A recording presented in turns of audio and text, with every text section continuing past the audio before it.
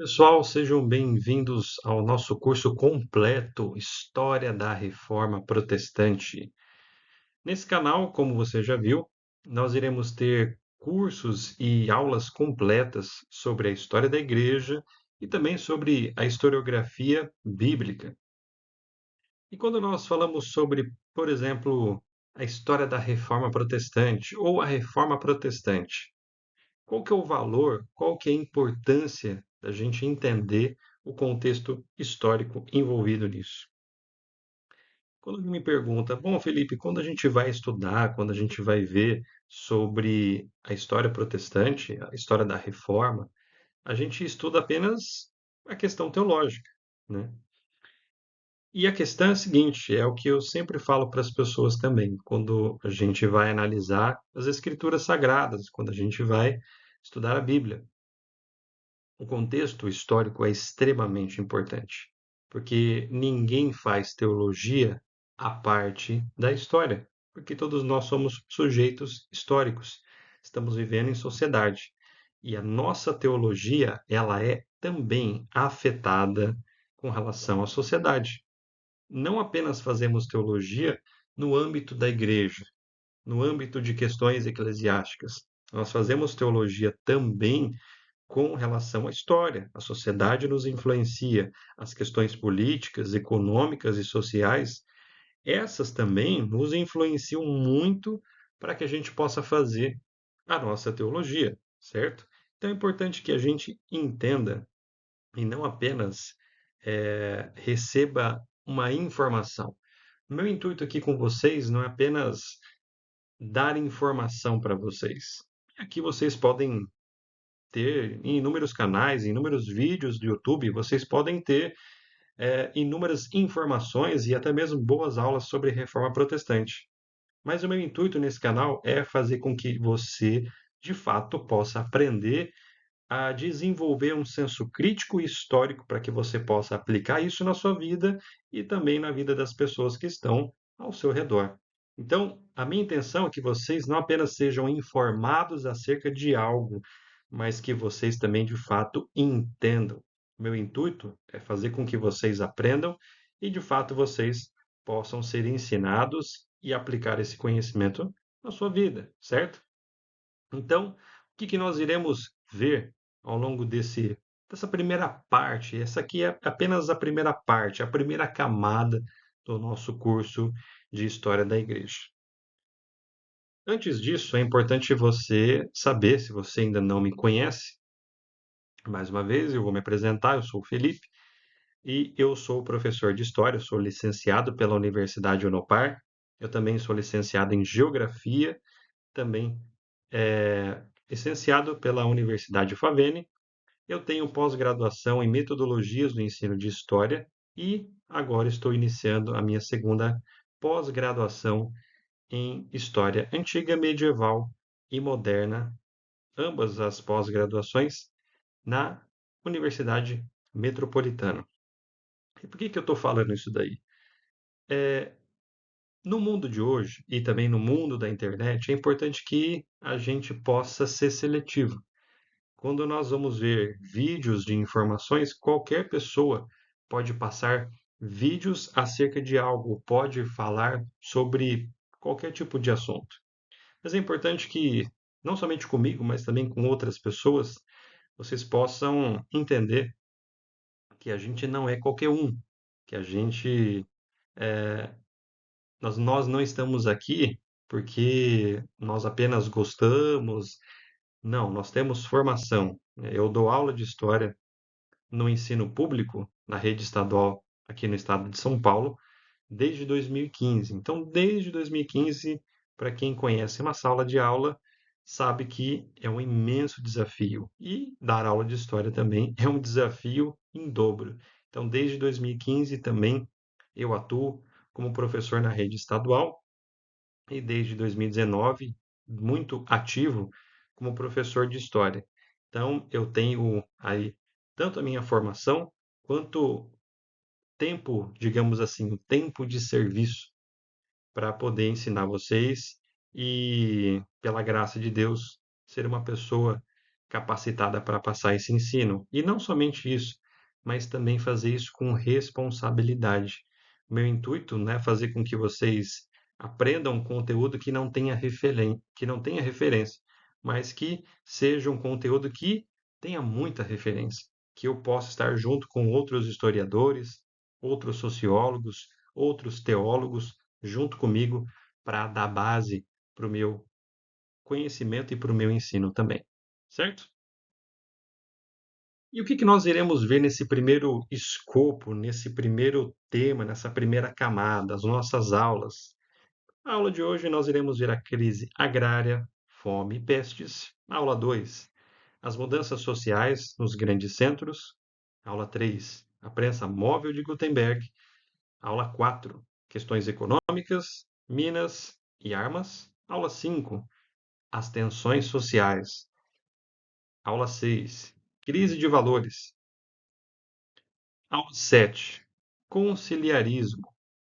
Aula 8, anticlericalismo e o papado renascentista.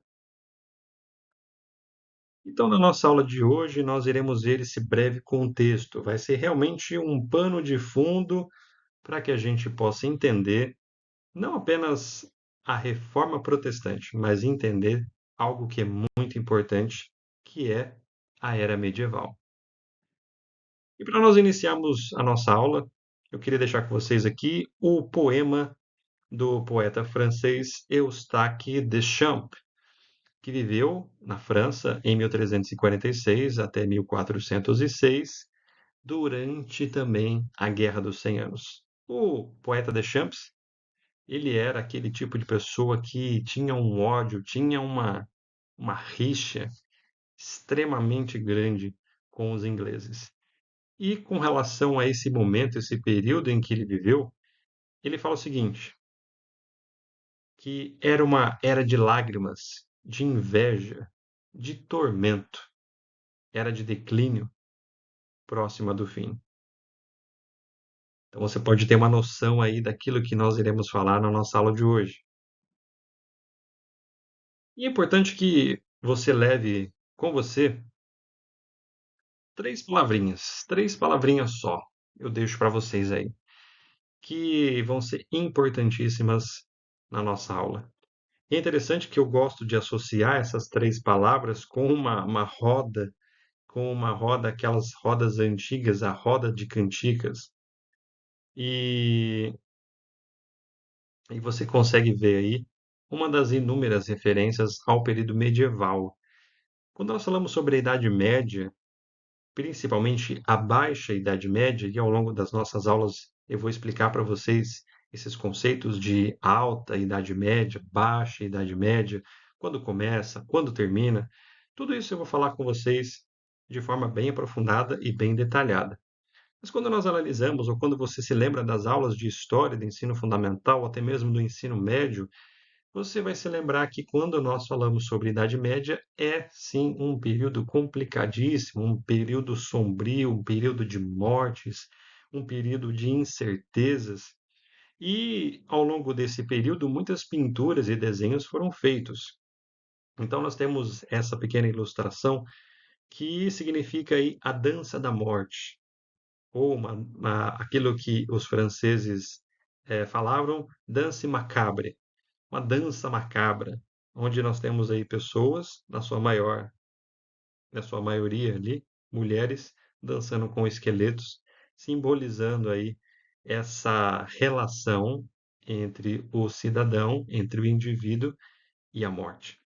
E quando nós falamos sobre a Idade Média ou Era Medieval, nós temos essas três palavras-chaves. Então, quero que você analise comigo e guarde com você nessa aula de hoje sobre essas três palavrinhas: o pecado, a morte e o diabo.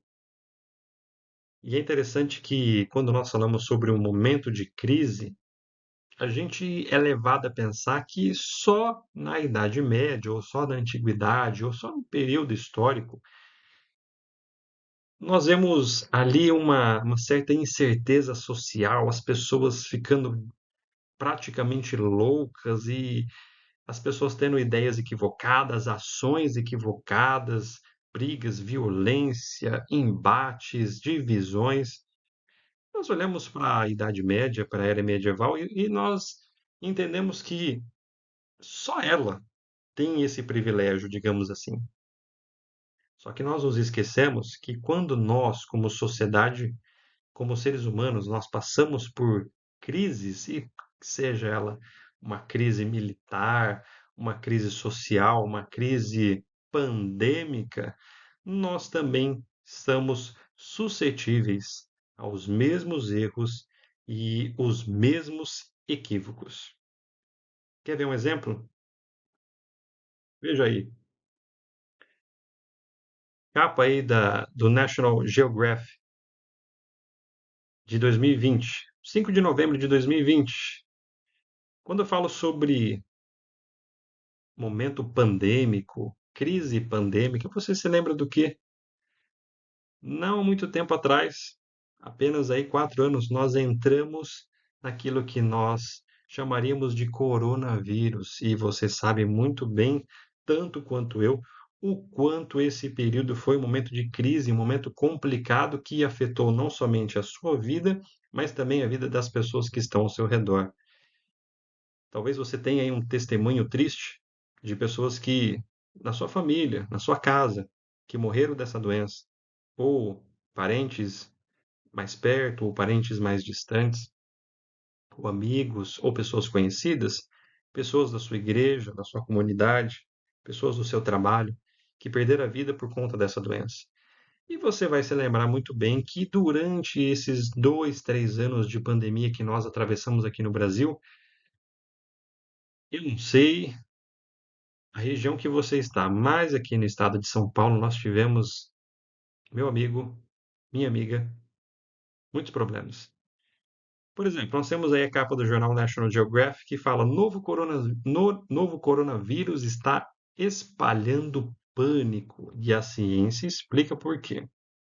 De embates pré-históricos com predadores, a corrida frenética para comprar papel higiênico. Nossos cérebros ansiosos podem entrar em curto-circuito quando confrontados com o temido desconhecido. Nós temos outra capa aqui. Do medo da Covid-19 à desolação. Enfermeiros enfrentam danos psicológicos. Agência Brasil. Brasileiros adultos ainda têm medo associado à Covid-19, diz pesquisa. CNN Brasil. Teoria da conspiração na China vincula a origem da Covid-19 aos militares dos Estados Unidos. E a última, Bill Gates vilão? A rápida disseminação das conspirações sobre a Covid-19. Então você vai se lembrar muito bem quando nós passamos e quando nós atravessamos esse momento pandêmico da Covid-19, nós vimos que ah, pessoas perto de nós e talvez pessoas distantes, nós vimos aí um, um certo rebuliço na sociedade. Pessoas começaram a correr atrás de alimento, correr atrás de máscara, correr atrás de luva. Pessoas começaram a atacar o supermercado, farmácia, atrás de medicamentos, através de soro, álcool em gel, estocar alimentos. E nós vimos no YouTube e também em outros canais, em outras mídias, essa proliferação de teorias da conspiração. Afinal de contas, como é que surgiu esse Covid? Como é que surgiu essa doença? Será que foi obra dos chineses, obra dos americanos? Será que foi aí uma arma biológica? Será que foi os grandes banqueiros? Será que foram os judeus? Nós vamos ver isso mais para frente. Então, quando nós atravessamos um momento de crise, não importa o momento histórico que a gente viva, nós, como sociedade, nós, como seres humanos, seremos suscetíveis aos mesmos exageros, às mesmas preocupações, ao mesmo pânico em que as pessoas ou a sociedade medieval enfrentou no seu momento. Então não pense, quando nós vamos estudar o período medieval, que crises, que pânico, que morte, sofrimento é algo associado apenas a eles. Não faz muito tempo atrás e nós enfrentamos isso. E nós vimos como que o Brasil, como que as pessoas reagiram a isso.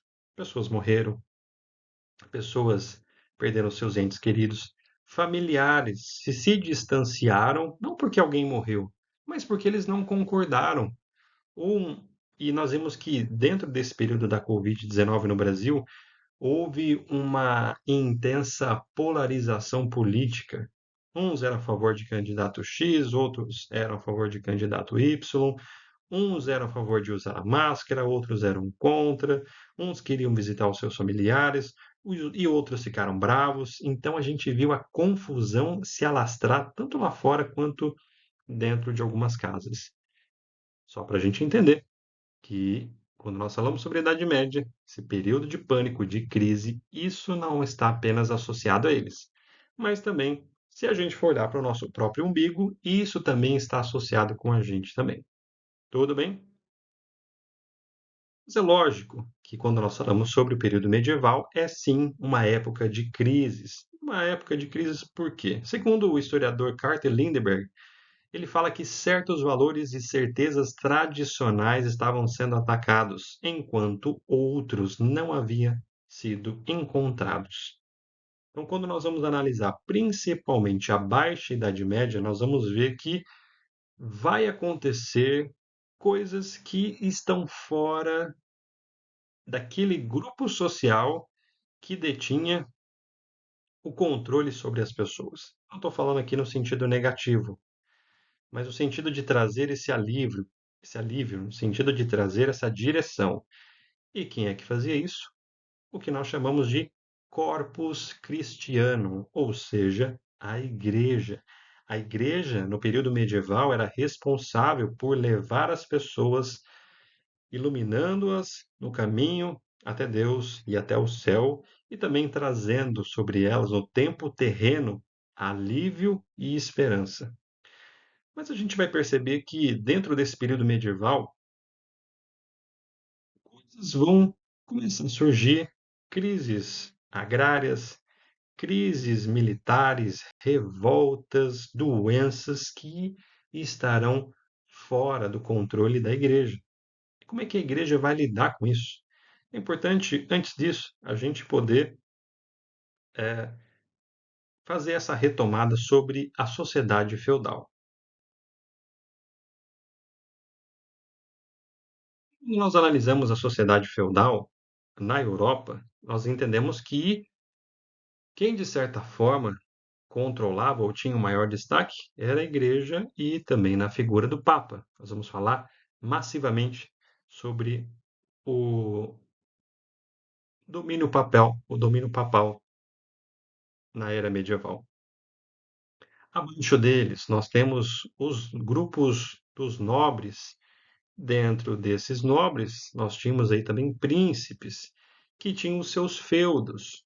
Você vai se lembrar daquela aula de história, ali do sexto ano do ensino médio, quando o professor de história estava falando sobre o feudalismo. O que que era o feudalismo? Feudalismo era um sistema político e econômico baseado em pequenas ou em porções de terras controladas pelos nobres, príncipes ou reis. E dentro daquele pedaço de terra estavam ali os senhores feudais e também nós tínhamos os servos que, cá entre nós, tinham uma vida muito parecida com os escravos da antiguidade. Eles eram livres, mas na prática, eu e você vamos concordar que, quando analisamos a vida dessas pessoas, esses homens e mulheres dessas famílias de servos, nós vamos ver que eles sofriam um bocado. Tempo, o predomínio da igreja foi sendo passado para os reis, quando nós vamos entrar aí no período da modernidade e quando nós vamos falar sobre a monarquia absolutista. Dentro desse período de renascimento comercial, renascimento urbano, nós vamos ver o papel que as cidades elas vão ocupar no cenário europeu.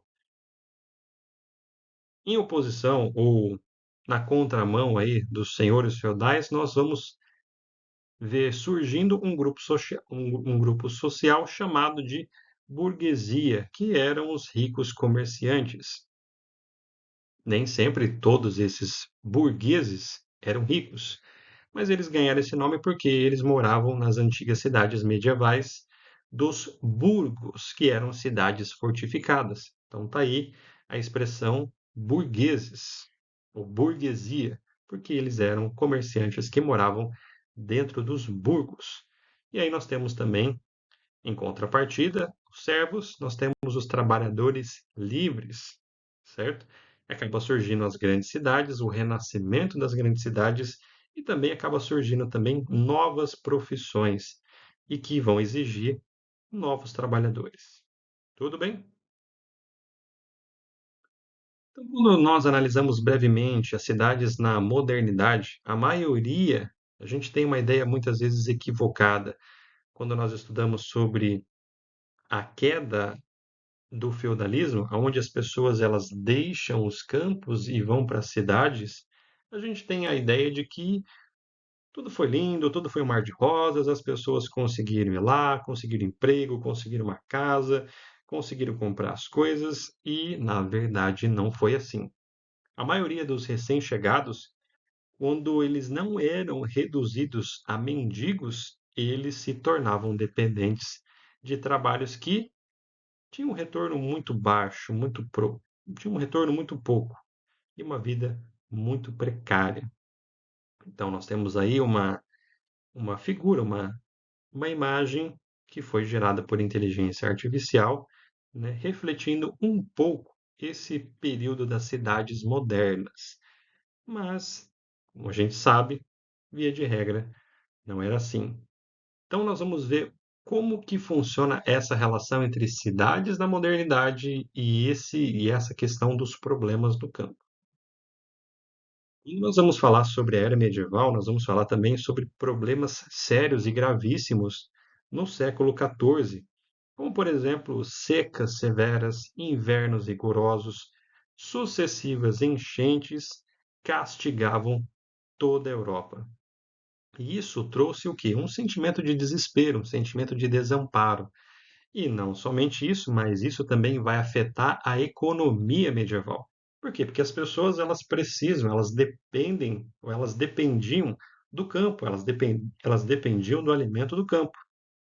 Então, se tem uma seca severa, isso vai afetar o campo. Se tem invernos rigorosos, isso também vai afetar os campos.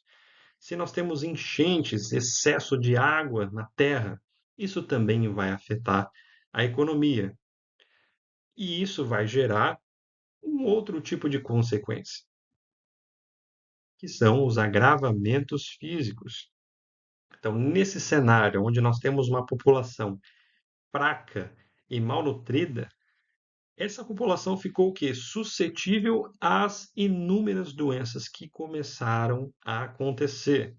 Pestes começaram a sair sem parar, como por exemplo a peste bubônica, a pneumônica e a septicêmica, entre outras.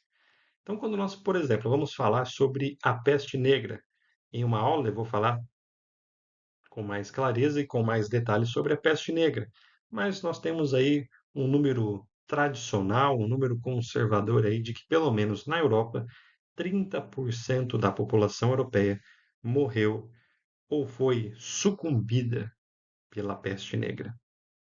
E é interessante notar que dentro desse período não apenas a peste negra ela teve destaque, nós também tivemos outros tipos de doenças que, por exemplo, doenças novas. Nós vimos nos nossos primeiros slides que a igreja ela não conseguia lidar com alguns problemas, que a igreja ela não conseguia dar à população as respostas que ela queria. Por quê? Porque começou a acontecer doenças novas, momentos novos e inesperados começaram a acontecer. E, por exemplo, quando nós falamos aí sobre a sífilis, isso mesmo, meu chapa, a sífilis. E é uma doença, você sabe, uma doença sexualmente transmissível e ela vai ter origem ali no século XV. As origens dela, claro que elas vão variar, mas aí a historiografia mais detalhada nos fala que um, uns falam soldado, outros falam um marinheiro que trabalhou junto com Cristóvão Colombo nas Américas, contraiu essa doença e quando ele voltou para a Itália, ele passou essa doença para outras pessoas. Então, a sífilis, ela foi uma doença sexualmente transmissível. Então, a gente entende que essa doença ela assolou não somente camponeses, mas também reis e também papas sofreram com esse tipo de doença. Geralmente, a sífilis ela é transmitida através do ato sexual, mas alguns cientistas e historiadores também apontam que apenas pelo contato mais próximo, não precisa ser o contato sexual, essa doença ela já poderia ser suscetível a ser espalhada para outras pessoas, mas via de regra ela era passada através do ato sexual. Então, como é que as pessoas começaram a reagir diante de tudo isso? Bom, nós temos a questão da morte, a questão do pecado, uma sociedade que via as pessoas sendo duramente castigadas por guerras, revoltas, doenças que eram inesperadas. Como é que nós vamos lidar com isso? E você vai perceber que nos momentos de dificuldade, nos momentos de aflição de uma sociedade onde nós não temos resposta, muitas vezes vai aparecer aquele indivíduo, aquele cidadão ou aquele grupo de pessoas que vão querer dar respostas. E no tempo da Idade Média não é diferente dos nossos tempos. Então, como é que a igreja ela vai responder a isso? Como o clero, como os religiosos eles vão resolver essa situação? No final do século XIV, começou a surgir os movimentos de flagelação, que eram grupos de poucas pessoas, e poderia chegar até mesmo a centenas ou até 200 pessoas, que faziam procissões nas cidades europeias, clamando pela misericórdia de Deus. Então elas entravam na cidade e com os seus chicotes elas se autoflagelavam. Porque indicando o quê? Indicando o castigo de Deus. Deus estava irado, Deus estava bravo, Deus estava ressentido, Deus estava extremamente desgostoso com aquela sociedade, mandando doenças, mandando pestes, mandando guerras, mandando circunstâncias adversas.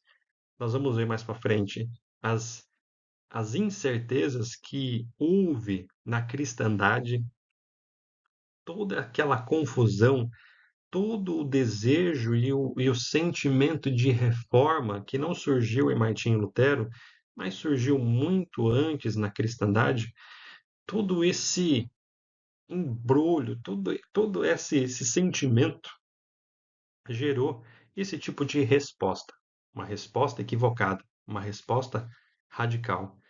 E, infelizmente, a história vai contar que muitas dessas pessoas, esses autoflageladores, convidando e até mesmo forçando outras pessoas a entrar nesse tipo de prática, em alguns casos, quando as pessoas elas se recusavam a fazer isso, elas eram brutalmente violentadas e abordadas com violência e muitas delas até mesmo com a morte.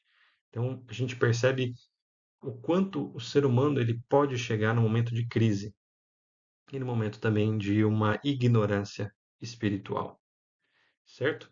Só que em vez de ajudar, eles mais atrapalhavam, assim como muitas pessoas em momentos de crise, momentos de uma crise moderna que a gente atravessa, muitas pessoas em vez de ajudar, muitas vezes elas só vão atrapalhar. Então, esse grupo de movimento de flagelação, em vez de eles ajudarem as pessoas, eles tentarem aplacar a ira de Deus, o que que eles faziam? Eles ajudavam a espalhar ainda mais a peste. E falando sobre a questão de radicalização, Isso está inteiramente ligado aos pogroms na Idade Média. Para você que não se lembra do que essa palavra significa, pogrom é uma perseguição sistemática, psicológica ou física sobre um grupo religioso. Ao longo da história, nós vamos ver que os pogroms, eles se encaixaram muito mais à perseguição da sociedade e de grupos de judeus, o antissemitismo, levado às últimas consequências. Então, como é que a gente responde a esse momento de crise, esse momento de desespero, esse momento de desamparo? Como nós vamos resolver? Ou quais são as respostas que nós iremos dar às pessoas? Bom, nós temos a resposta. E a resposta é que os judeus, segundo eles, eram responsáveis. Todo esse momento, toda essa ira, todo esse descarrego da ira de Deus era culpa ou era um complô judaico?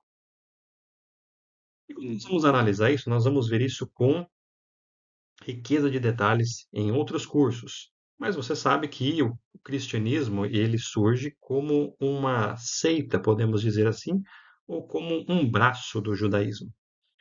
E até a década de 70, no primeiro século, tanto gentios, não judeus, como judeus viviam e tinham a sua relação ora harmoniosa, ora conflituosa. Então, quando nós vamos ler os evangelhos, nós vamos ler as cartas de Paulo, e inclusive também o Apocalipse de João, nós vamos ver uma influência judaica, tanto na história, quanto na escrita e quanto na postura também da igreja.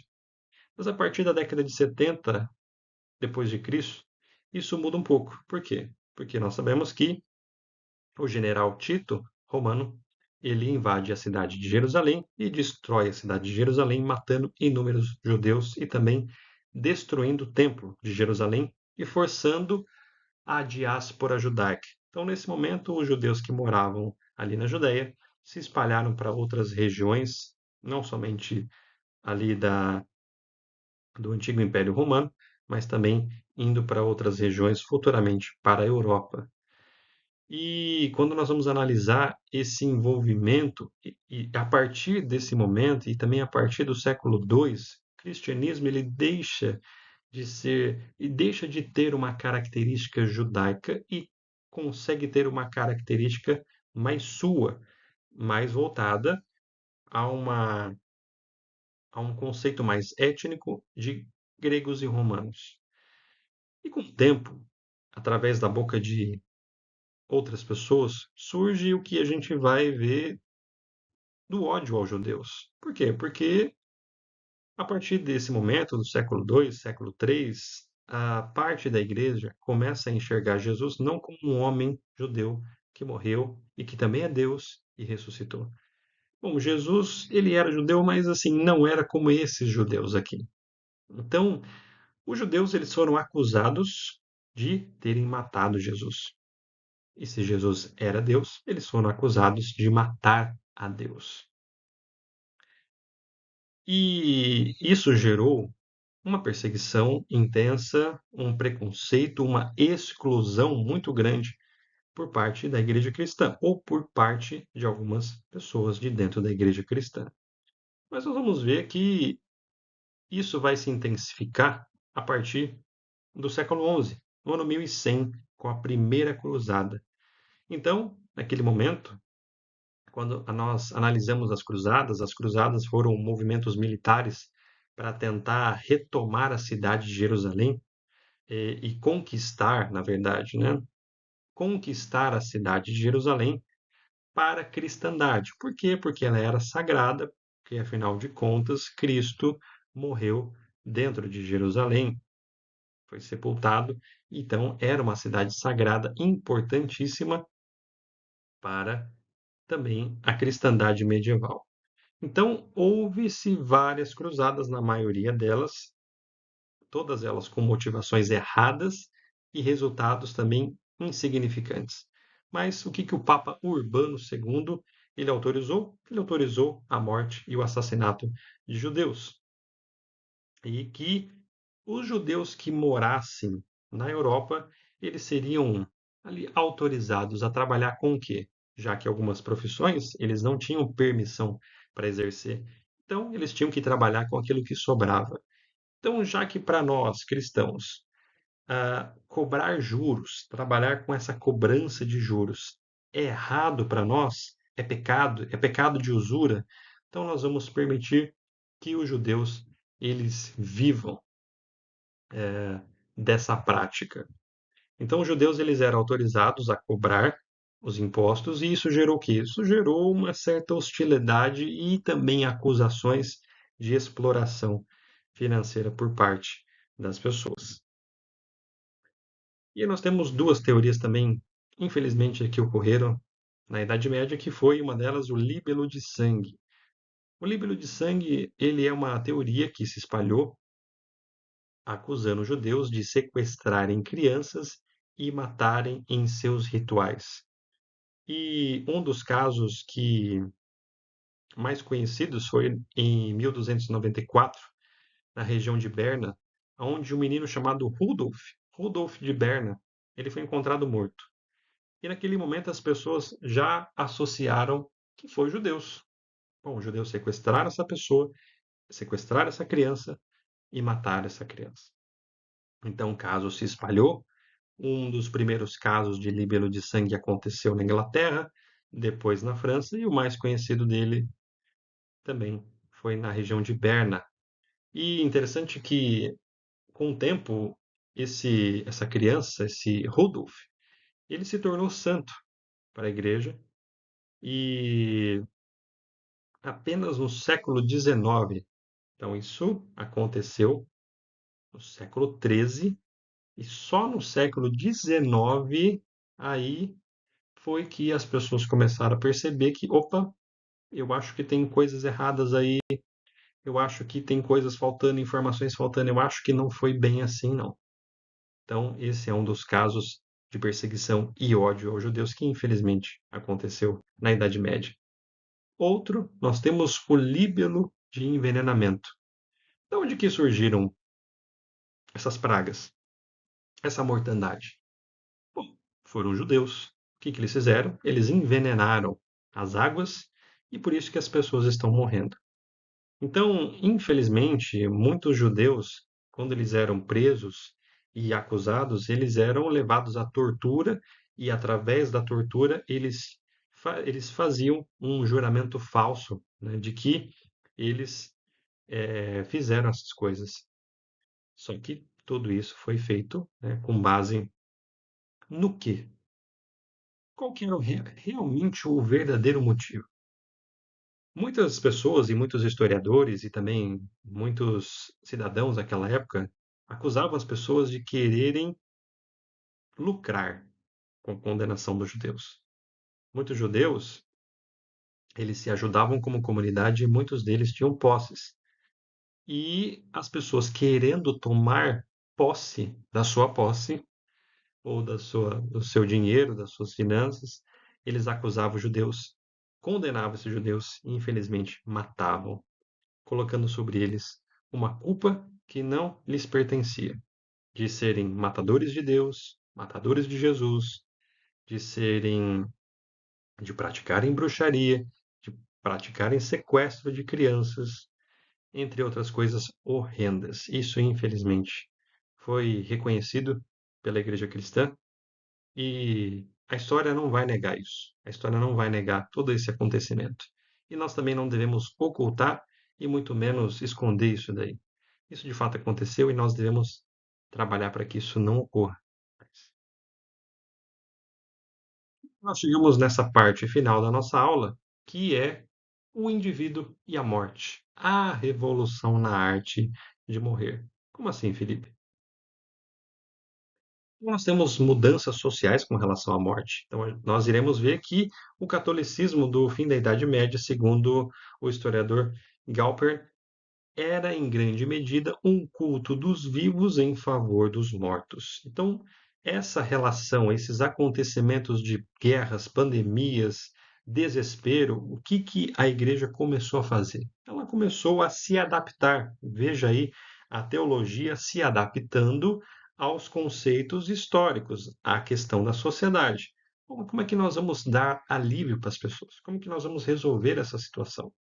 Então, dentro desse período, o papel das esmolas ele começou a ser substituído pelo número crescente de missas. As pessoas começaram a morrer de forma descontrolada, de forma inesperada, e a igreja precisava dar uma resposta. Então, nesse momento, nessa era medieval, uma coisa que ganha destaque é o papel do purgatório, onde as pessoas elas morriam de forma inesperada e elas iriam para esse estado intermediário de sofrimento também, mas iriam aguardar a sua redenção através do quê? Através das indulgências, quer seja ela plenária ou apenas uma indulgência de momento.